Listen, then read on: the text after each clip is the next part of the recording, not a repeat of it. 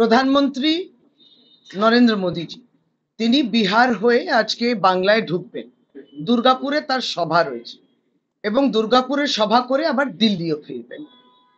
এখন বিষয়বস্তু এটা আছে যে বিগত দিনগুলোতে যখন প্রধানমন্ত্রীজি আসতেন তখন তিনি বাংলাতে কথা বলারও প্রয়াস করতেন, আবার দিদিকে দিদিও দিদিও বলতেন, আরো কিছু একটা বাংলা চেষ্টা করছেন। এবার তো আমাদের কাছে একটা প্রশ্ন থেকেই যাচ্ছে, তাহলে এবার কি আপনি বাংলায় বলবেন? কারণ বাংলা বলাটা কি অপরাধ? এটা আমরা বলছি না, এটা তো ভারতীয় জনতা পার্টির যে বিজেপি শাসিত রাজ্যগুলোতে যারা আমাদের পরিযায়ী শ্রমিকরা, যারা বাঙালি বাংলা ভাষা বলছেন তাদেরকে হেনস্থা করা হচ্ছে এবং অকথ্য গালাগালি করে তাদেরকে বিরক্ত করে তাদেরকে অপদস্থ করা হচ্ছে। এটা আমরা দেখছি অত্যাচার পর্যায়ে গেছে।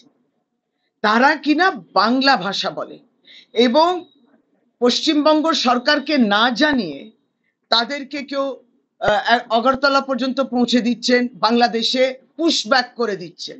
এরা কিন্তু ভারতবর্ষের নাগরিক। তাহলে বাংলা ভাষাটা অপরাধ বলে ভারতীয় জনতা পার্টির বিভিন্ন শাসিত রাজ্যতে এই আচরণ আমরা দেখছি।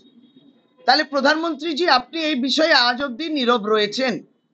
আপনি কি দুর্গাপুরে আপনার ভাষণে বাংলা বলা, বাংলায় কথা বলাটা যে অপরাধ কি না সেটা একটু বলবেন? বাংলার মানুষ সেটা শুনতে চায়। আপনি তো এখান থেকে দুর্গাপুরে প্রোগ্রাম সেরে আবার দিল্লি ফিরবেন। দিল্লিতে একবার ঘুরে আসুন না, ওই বসন্ত কুঞ্জ কলোনিতে, ওই আজাদ হিন্দ কলোনিতে, জয় হিন্দ কলোনিতে, যেখানে বাঙালি পরিযায়ী শ্রমিকদের কি ভাবে তাদের প্রতি অমানবিকতা যদি দেখতে হয় তার চরম রূপ ওখানে দেখবে। অদ্ভুত ভাবে ডিটেনশন ক্যাম্প, এদেরকে বাংলাদেশি। এই গতকালকেও আমরা উত্তরপ্রদেশে দেখেছি একটি মিষ্টি দোকানে পুলিশ পৌঁছে গেছে, তুমি কি বাংলা ভাষায় বলো?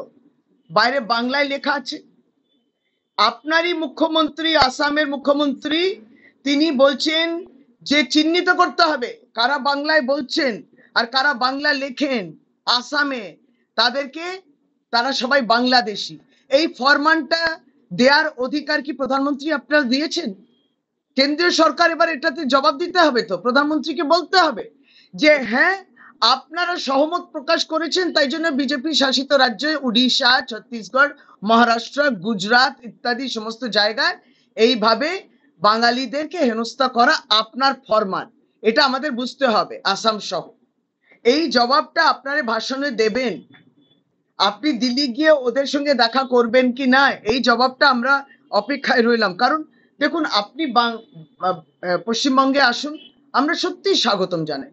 কারণ এটা কবিগুরুর বাংলা, কবিগুরুর বাংলা, নজরুলের বাংলা। এবং এইখানে কিন্তু কবিগুরু রবীন্দ্রনাথ ঠাকুর, আপনারা জানেন আমরা তো সকলে রাষ্ট্রগীত, ন্যাশনাল অ্যান্থম, তাহলে কি তিনি তো লিখেছেন, কালকে কি গাওয়া বন্ধ করে দেবেন?